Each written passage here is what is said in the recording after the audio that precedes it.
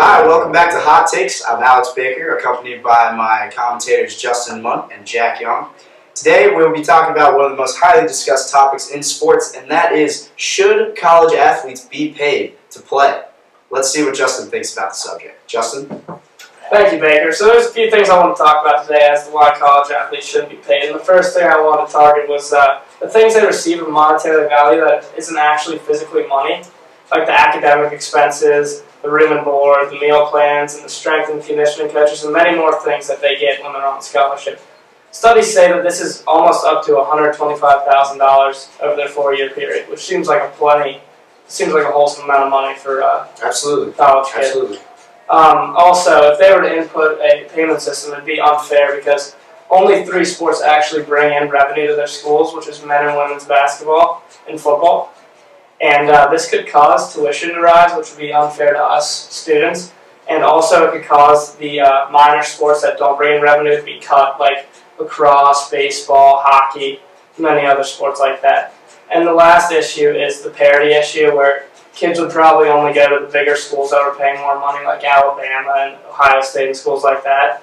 And Title IX would not allow for this to happen because many more men would be getting paid than the women athletes. Very good, very good. Well, you raise a lot of good points there, Justin, but let's see what Jack has to say about the subject. How about it? Jack? Well, recently I had the opportunity to sit down and chat with former JMU quarterback Drew Dudzik.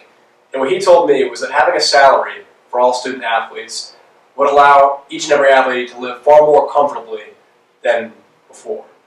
Well, who's living comfortably in college? Whoa. This isn't a debate. Let him talk. Well, the argument is that if student athletes are spending all their time with their team, that they don't have time otherwise to work a different job where they'd be having a salary. And therefore, because they're basically working a job being on the team, should they not be paid?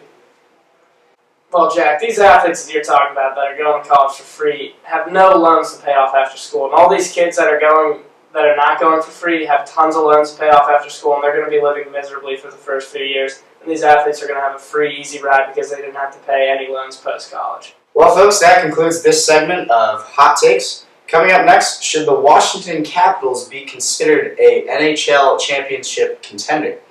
Find out after the break, but first, a word from our sponsor. Tutti Gusti, expensive Italian food that doesn't taste that good.